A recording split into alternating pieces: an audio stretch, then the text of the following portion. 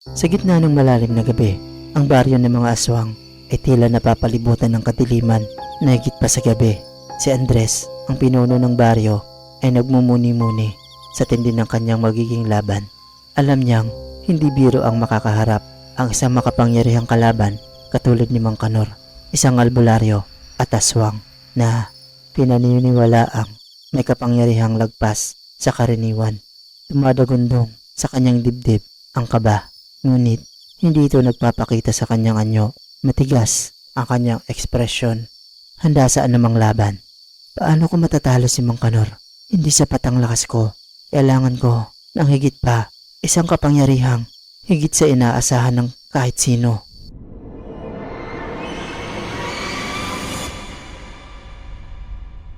Takot kwento.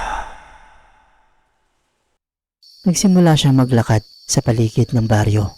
Binabalikan ang mga alaala ng mga naunang laban. Sa bawat hakbang, tila may nagmamasid sa kanya mula sa dilim. Mga anino na mga dating kaaway, mga kaluluwang hindi pa mapakali. Subalit, sa kabila ng lahat ng ito, hindi siya natatakot. Alam niyang may mas matinding panganib na paparating. Habang nagpapatuloy ang kanyang paglalakad, napansin ni Andres ang isang hindi pangkaraniwang liwanag mula sa isang lumang estatwa sa gitna ng baryo. Ang estatwang ito ay naging simbolo ng kanyang angkan sa loob ng maraming taon. Isang tanda ng lakas at karangalan ng kanilang lahi. Ngunit sa gabing iyon, tila kakaiba ang estatwa. Lumapit siya rito at biglang narinig ang isang malakas na putok mula sa loob nito. Bumagsak ang parte ng estatwa at mula sa loob nito lumitaw ang isang antigong aklat. Hindi ito isang karaniwang aklat. Ang bawat pahina ay tila may sarili nitong buhay. Nagliliwanag ng malagintong sinag at naglalabas ng malamig na hangin na tila sumasalungat sa init ng gabi. Ano ito? Isang aklat? Ngunit bakit ito nakatago dito sa estatwa ng aking mga ninuno? Nang buksan ni Andres ang aklat, bumungad sa kanya ang mga sinaunang sulat at simbolo na hindi niya agad maunawaan. Gayunpaman, habang tumatagal, parang nagsisimula niyang maintindihan ang mensahe nito. May isang propesiya tungkol sa isang bayani mula sa kanilang lahi na makakakuha ng pinakamakapangyarihang agimat at espada, mga bagay na makakapagbigay ng walang katumbas na kapangyarihan upang talunin ang pinakamatindi nilang kalaban. Ang bayani ng propesiya, makakakuha ng agimat at espada mula sa reyna ng Biringan. Ngunit bago ito makamtan, kailangan ng dumaan sa 10 bundok sa silangan at harapin ang mga nilalang na nagbabantay sa bawat isa sa mga bundok. Agad na naghanda si Andres para sa kanyang paglalakbay. Alam niyang mahirap ang daan, ngunit wala siyang ibang pagpipilian kundi sumunod sa sinasaad ng aklat. Pagsikat ng araw, nagsimula siya sa kanyang paglalakbay patungo sa unang bundok. Ngunit hindi ito karaniwang bundok. Dito, nagtatago ang isang halimaw na tinatawag na Berberoka. Malakas ka nga bilang aswang, Andres. Ngunit sapat pa ang lakas mo upang harapin ang isang nilalang na tulad ko? Ang Berberoka ay kilala sa kanyang kakayahang ilubog ang kanyang mga biktima sa tubig na lason at agad niyang ginamit ang kanyang kapangyarihan upang maglabas ng malaking lawa na pumapalibot kay Andres. Ang tubig ay lumalabo, nagiging parang tinta habang papalapit ng papalapit kay Andres. Hindi mo ako mapapabagsak sa ganyang taktika. Gamit ang kanyang bilis, tumalon si Andres mula sa isang bato patungo sa isa pa. Iniwasan ng lason. Sa isang iglap, inatake niya ang Berberoka ginamit ng isang matulis na sanga upang saksakin ito sa kanyang tiyan. Tumalsik ang dugo ng halimaw. Ngunit bago ito bumagsak, nakangisi pa ito na parang may alam na hindi alam ni Andres. Sunod na nilakbay ni Andres ang ikalawang bundok kung saan hinarap niya ang isang sigbin. Ang halimaw na ito ay may kakayahang kunin ng anino ng kanyang biktima. Pinapalambot ang kanilang katawan habang inaalisan sila ng kakayahang labanan. Isa ka lamang mahina. Makukuha ko ang iyong anino. Magiging alipin ka ng dilim. Ngunit si Andres ay hindi basta-basta natitinag gamit ang isang itim na bato na nakuha mula sa unang bundok. Binasag niya ang isang bahagi ng lupa na nag-aapoy sa paligid ng sigbin. Natupok ang halimaw ng sariling anino at bumagsak sa lupa. Nagpatuloy ang laban ni Andres sa ikatlong bundok kung saan isang balbal ang naghihintay. Kilala ang balbal bilang isang halimaw na kumakain ng bangkay. Ngunit ang balbal na ito ay hindi ordinaryo. Malaki ito, matindi ang amoy ng nabubulok na laman at malakas ang kanyang mga suntok. Andres, ikaw ang susunod kong kakainin. Hindi ka makakatakas mula sa akin. Sumiklab ang isang brutal na laban. Ang balbal ay matindi at halos masira ang katawan ni Andres sa isang suntok. Ngunit sa huling pagkakataon, ginamit ni Andres ang kanyang talino. Pinaikot ang balbal gamit ang kanyang liksi at nagpatumba sa halimaw gamit ang isang mabigat na bato mula sa tuktok ng bundok. Hindi pa tapos ang laban. Sa ikapat na bundok, kinaharap ni Andres ang isang tikbalang na kinokontrol ang panahon at kayang magdulot ng matinding bagyo. Ang tikbalang ay may lakas na nagmumula sa kalikasan mismo, kaya't bawat hampas ng kanyang buntot ay parang kidlat. Hindi ka makakatawid sa bundok na ito, Andres. Ang kapangyarihan ng kalikasan ay nasa aking mga kamay. Dumaan si Andres sa dilubyo ng malalakas na hangin at kidlat. Ngunit sa wakas, natalo rin niya ang tikbalang gamit ang isang estratehiya na nagpapabagsak sa halimaw gamit ang sariling lakas nito. Sa ikalimang bundok, isang tiyanak ang nag-aabang. Ang halimaw na ito ay nagpapanggap ay isang inosenteng bata. Ngunit kapag nilapitan, bigla itong nagiging isang nakakatakot na nilalang na may matatalas na kuko. Narinig ni Andres ang pag-iyak ng isang sanggol, ngunit hindi nalinlang si Andres. Gamit ng kanyang kapangyarihan bilang aswang, natukoy niya ang tunay na anyo ng tiyanak at agad itong sinira gamit ang isang espesyal na panakot mula sa kanyang baryo.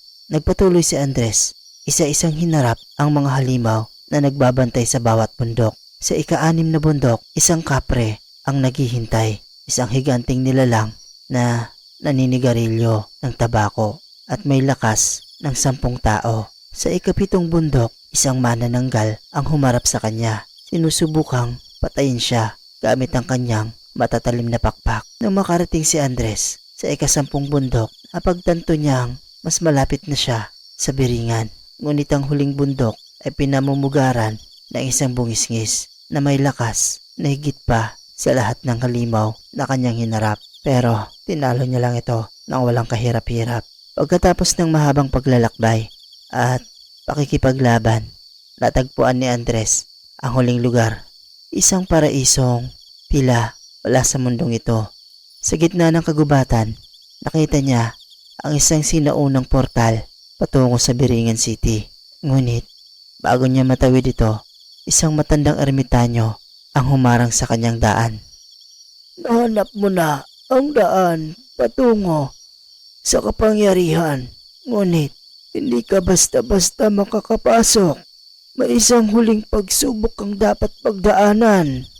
Ipinaliwanag ng ermitanyo na upang makapasok sa Biringan, kailangang tumigil si Andres sa kanyang likas na pagkagusto sa laman ng tao. Dapat niyang talikuran ang kanyang pagiging aswang upang makuha ang kapangyarihan ng propesiya. Isang mabigat na desisyon na dapat niyang pag-isipan. Ngunit sa mahabang pag-iisip ni Andres, nakapag-desisyon siya. Gagawin ko ang lahat. Hindi ko kailangan ng laman ng tao upang maging malakas. Ang aking lakas ay nagmumula sa aking determinasyon at pagmamahal sa bayan. Pagkatapos pumasok sa portal na ipinakita ng ermitanyo, natagpuan ni Andres ang sarili sa isang napakagandang lugar. Isang malawak na paraiso na tila wala sa ilalim ng kalangitan. Ang mga puno ay may malalabay na dahon at ang hangin ay may halimuyak ng mga bulaklak na hindi niya pa nararanasan kahit na kailan. Sa unang pagkakataon, naramdaman ni Andres ang kapayapaan, isang bagay na matagal nang nawala sa kanya simula na maghari ang karahasan sa kanyang buhay bilang pinuno ng mga aswang. Habang tinatanaw niya ang ganda ng paligid, napansin niya ang isang babae sa malayo naglalakad sa tabi ng mga puno. Tila hindi alintana ang mga panganib sa paligid. Maputi ang balat ng babae, mahaba ang buhok at may hawak siyang isang basket ng mga bulaklak. Ang bawat hakbang niya ay tila nagbibigay liwanag sa paligid. Sino ang babaeng iyon? Paano siya nakapasok dito? Tanong niya sa sarili niya. Nagpatuloy siya sa paglapit at nang mas malapitan niya ito, nagulat siya nang bumungad ang mukha ng babae. Siya ay maganda, may kaaya-ayang ngiti na parang sinag ng araw. Sa sobrang pagkamangha ni Andres, hindi niya napansin na tinapakan niya ang isang sangang nakaturo sa kanyang paa. Kaya siya ay nadapa. Nagulat at natawa sa sarili si Andres. Ang lakas-lakas ko sa laban pero nadapa ako dahil lang sa isang sanga. Tumayo si Andres. Agad-agad sinusubukang burahin ng kahihiyan. Ngunit napansin ito ng babae. Nagtago siya sa likod ng isang puno. Ngunit narinig niya ang malambing na boses ng babae. Nakita kita.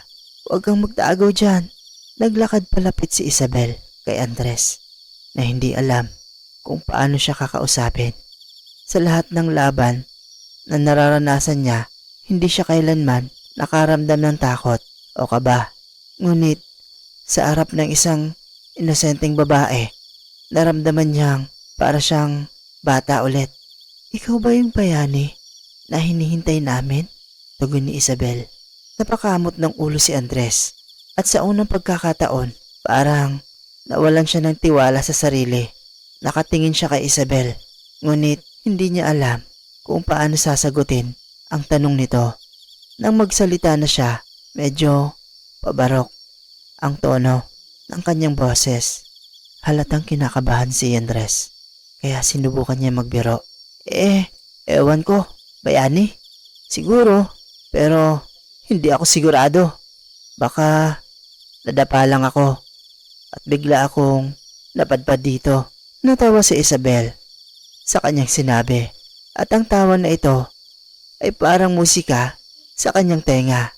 Hindi niya maiwasang ngumiti sa tawa ng babae. Hindi sanay si Andres na makipag-usap sa mga ganitong uri ng tao. Karaniwan, ang mga kausap niya ay mga halimaw o aswang na handang pumatay sa kanya. Ngunit ngayon, tila isang bagong mundo ang binubuksan ni Isabel sa kanya.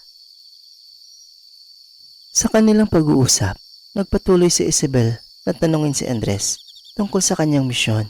Sinabi nito na isa siyang tagapagbantay sa lugar at madalas siyang nakikipag-usap sa mga nilalang mula sa ibang dimensyon na sinusubukan pumasok sa biringan.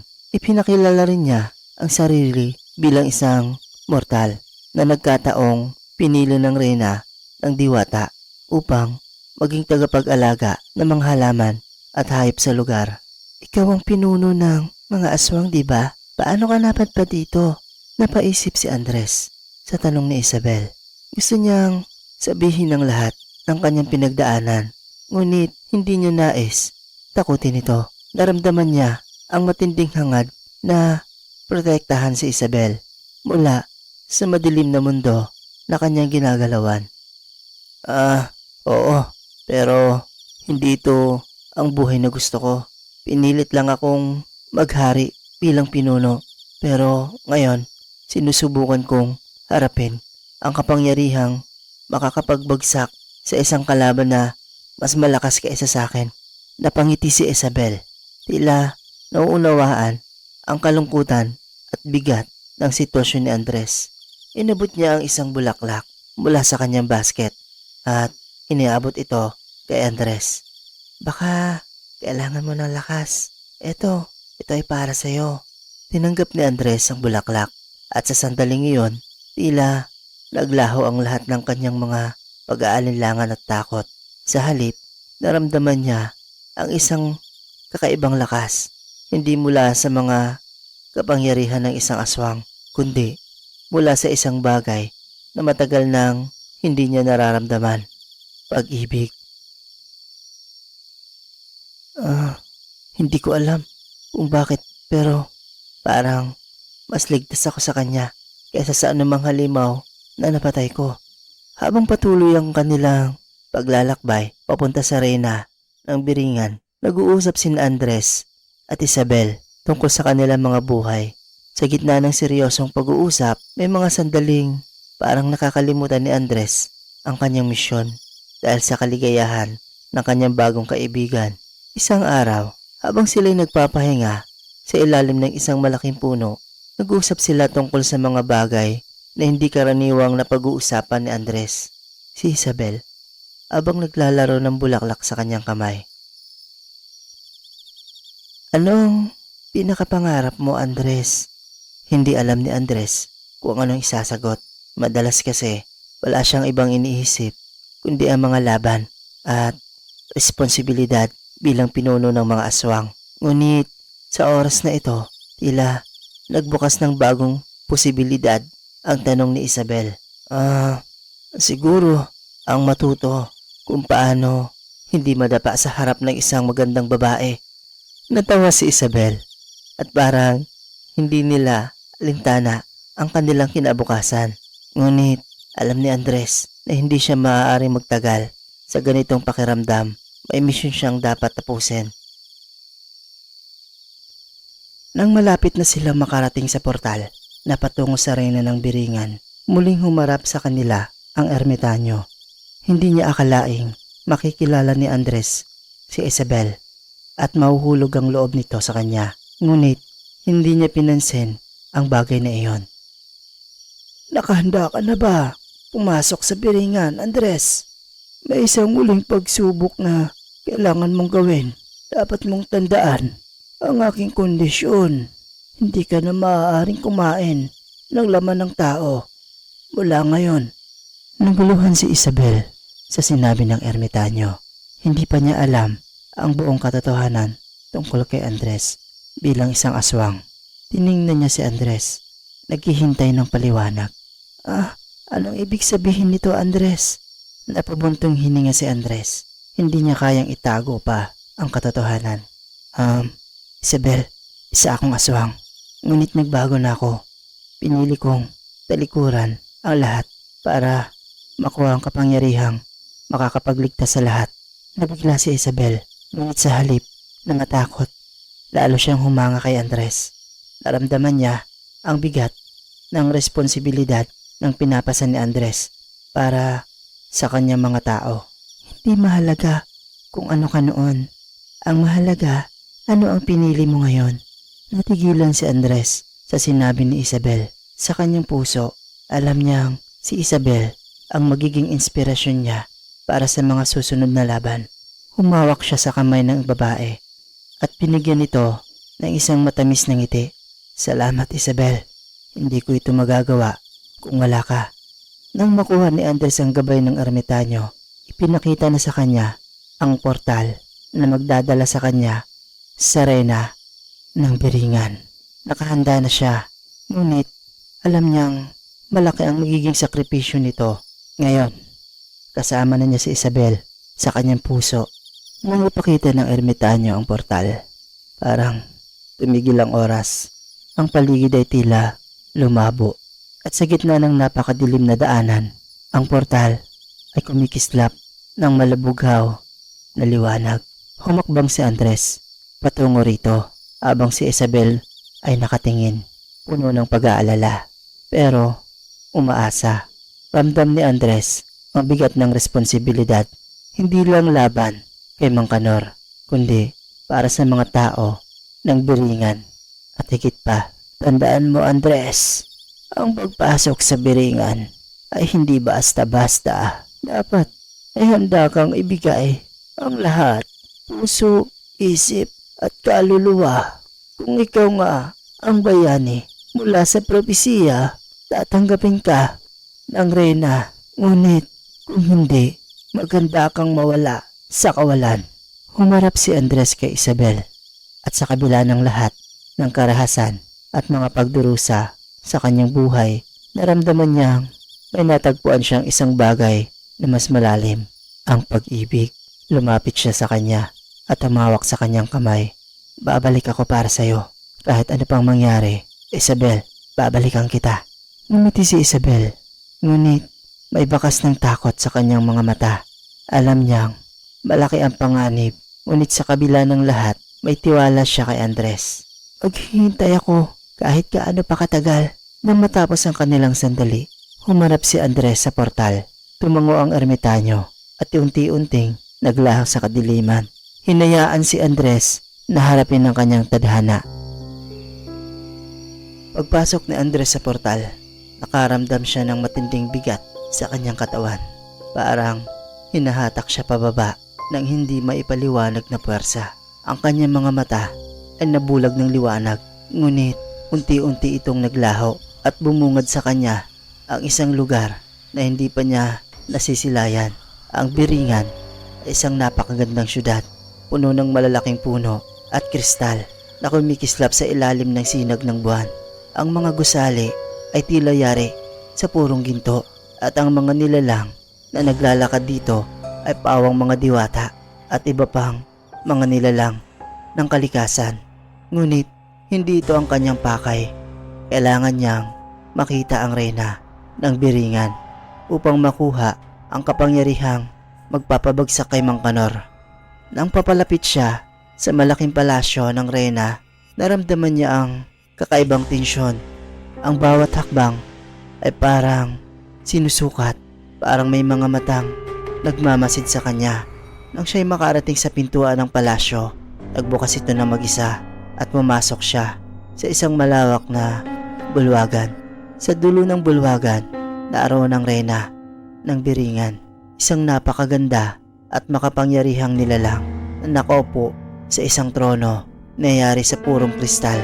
Ang kanyang mga mata ay tila kayang basahin ng kaluluwa ni Andres. Ikaw ba ang bayani na sinasabi ng propesiya? Hindi sumagot si Andres. Tinitigan niya ang reyna at naramdaman niya ang bigat ng kanyang tanong. Alam niyang hindi siya sigurado kung siya nga ba ang tinutukoy sa propesiya. Ngunit alam niyang wala siyang ibang pagpipilian. Hindi ko alam kung ako nga ang bayani, pero narito ako upang hanapin ang kapangyarihan upang iligtas ang aking mga tao. Matapang ang iyong puso, ngunit ang tapang ay hindi laging sapat. Kailangan mong ipakita na karapat-dapat ka sa kapangyarihan ng mga diwata. Nagkatinginan si Andres at ang reyna. Walang takot sa mga mata ni Andres, ngunit alam niyang hindi madali ang kanyang susunod na pagsubok. May isang huling pagsubok bago kita bigyan ng agimat at ang espada ng mga diwata. Kung hindi ka magtatagumpay, ikaw ay mawawala sa kawalan. Nakaramdam ng kaba si Andres, ngunit hindi niya ito pinansin.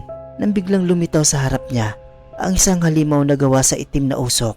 Ang nilalang na ito ay walang mukha, ngunit may mga pulang mata na tila nagbabaga. Ang nilalang na ito ang unang pagsubok sa loob ng bulwagan ng reyna.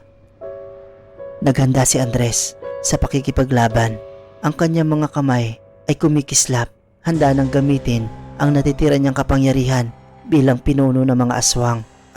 Kailangan kong manalo para kay Isabel at para sa aking mga tao at para sa sarili ko. Nagpatuloy ang laban sa pagitan ni Andres at ng nilalang. Mabilis ang halimaw, ngunit mas mabilis si Andres. Sa bawat atake ng nilalang, nakakahanap ng paraan si Andres upang maiwasan ito at magpatama ng matinding suntok at sipa. Ngunit sa gitna ng laban, biglang nagsalita ang reyna. Hindi sapat ang lakas, Andres. Hindi ito labanan ng mga aswang. Sa puntong iyon, biglang naunawaan ni Andres ang ibig sabihin ng reyna. Hindi niya kailangang gamitin ang kanyang dating kapangyarihan bilang isang aswang upang magtagumpay sa pagsubok na ito. Kailangang gamitin niya ang kanyang puso at isipan, isang bagay na natutunan niya mula kay Isabel. Sa isang iglap, Hininto ni Andres ang kanyang pag-atake. Tumayo siya at tinititigan ang halimaw na umaatake sa kanya. Sa kanyang isip, naalala niya ang sinabi ni Isabel. Ang mahalaga, ano ang pinipili mo ngayon? Sa halip na lumaban, binuksan ni Andres ang kanyang mga kamay at tahimik na humakbang patungo sa halimaw. Nang makalapit siya, ang nilalang ay biglang huminto. Ang itim na usok ay unti-unting nawala at ang pulang mata ay naglaho.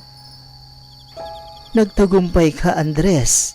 Hindi lahat ng laban ay kailangan ipanalo gamit ang lakas. Minsan, ang pagtanggap at pag-unawa ang tunay na susi. Matapos ang pagsubok, tumayo si Andres sa harap ng reyna ng biringan.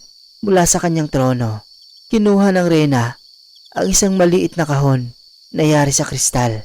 Ibinukas niya ito at inilabas ang isang agimat na kumikislap sa ilalim ng ilaw ng buwan.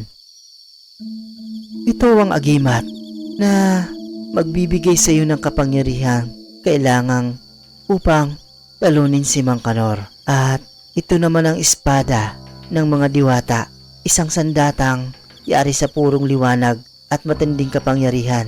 Ngunit tandaan mo, hindi sa kapangyarihan nakasalalay ang lahat. Nasa iyong puso ang tunay na lakas.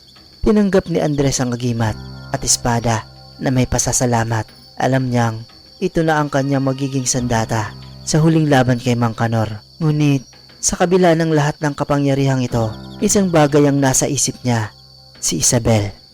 Bumalik siya sa portal, handa na sa kanyang misyon.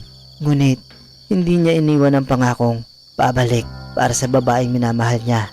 Ito na ang simula ng tunay na laban. Humanda ka, Mang Kanor.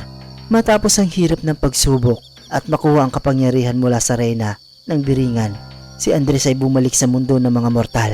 Ngunit alam niyang hindi ito ang katapusan. Ito lamang ang simula ng mas malaking laban sa pagitan ng kanyang mortal na kaaway na si Mang Kanor. Ngayon, hindi na siya basta-basta aswang, kundi isang bayani na handang magsakripisyo para sa kanya mga mahal sa buhay.